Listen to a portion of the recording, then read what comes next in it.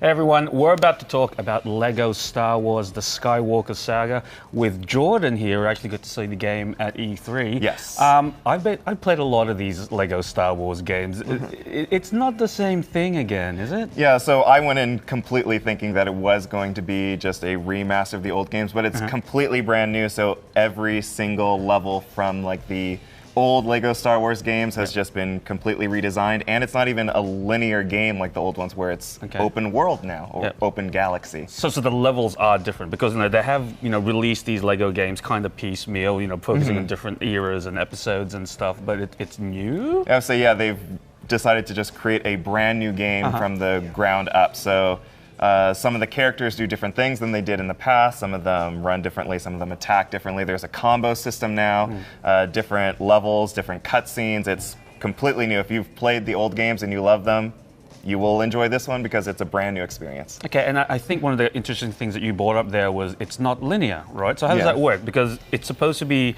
looking at the 9 movies in the mainline Star Wars saga, right? Yeah, so from the title screen you have the option of choosing any of the 9 mainline movies, so Phantom Menace, Attack of the Clones, etc., etc. You can tackle them in any order that you want.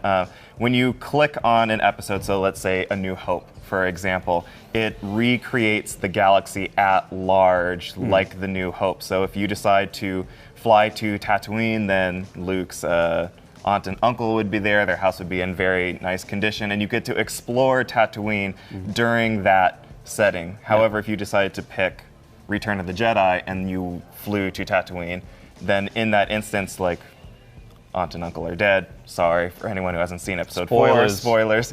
And there's like tumbleweeds going through, and that entire area is completely barren. But if you travel a ways throughout Tatooine and each of these planets, it's kind of similar to the New York setting in Lego Marvel Superheroes, where it's very open world. You get to explore it. You could find Jabba's barge, for example, which wouldn't necessarily be there in episode 4 because Jabba isn't like a main character in that instance yet. I get it. So for what happens when with some of those planets that have nothing that happened in them within those movies? So for example, Endor, and you go to, can you go to Endor if you're doing like episode 7, or how does it work? I would say they seem to imply that there is a set number of planets for like each of the 3 trilogies at play.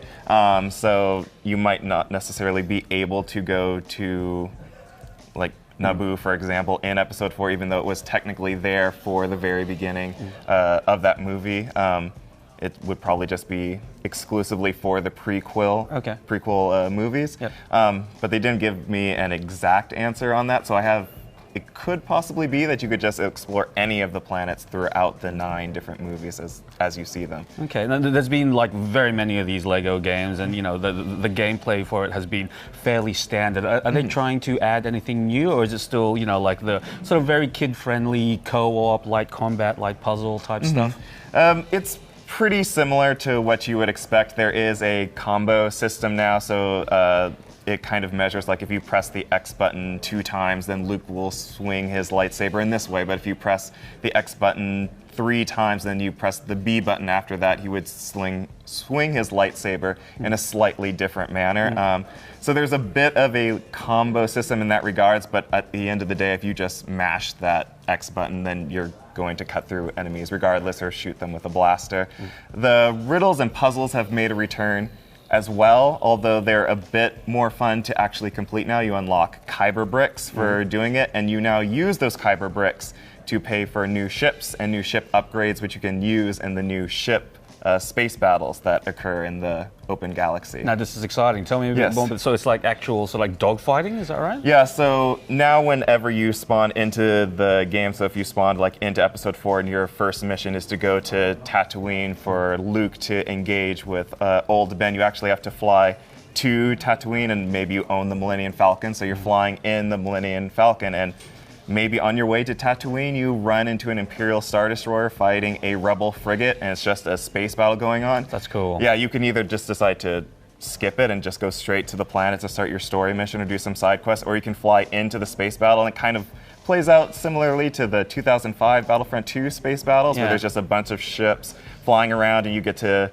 side with whichever one you want and try to like take out their dreadnought. But it's not on rails though, right? Like you have some freedom. Yeah, of you're just within there, freely right? flying around. Yeah. Even when you're going to the planet, you can freely fly around in space. So it's not on rails, Yeah. completely open. It's an open world game. Okay. Now, one of the key features of I think the Lego games has always been its humor. You know, its charm, and how it tries to recontextualize like the events that and try and put a funny spin on it. Yeah. Like, are they still doing that with this one? They're not recycling jokes, are they? No, they are not recycling jokes. They have plenty of new ones. One of my favorites is that C-3PO can now like divide himself into pieces since he's always falling apart in the movies, and he can move independently.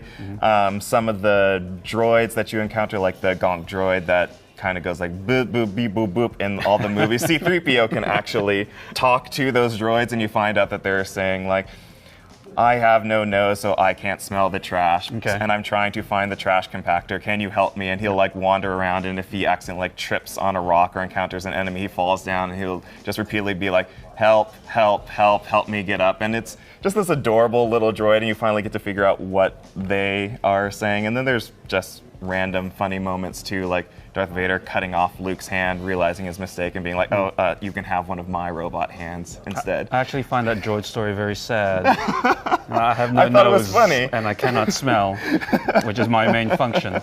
Okay, so this sounds very exciting. When is this game actually coming out, Jordan? I don't believe that they've given a release date for the Skywalker saga, but I imagine it has to be either late this year or early next year, considering that Episode 9 is a part of the story, and I don't think that they want to spoil that for people. Maybe. A good site to find all this out would be GameSpot, where you can find a lot more E3 coverage.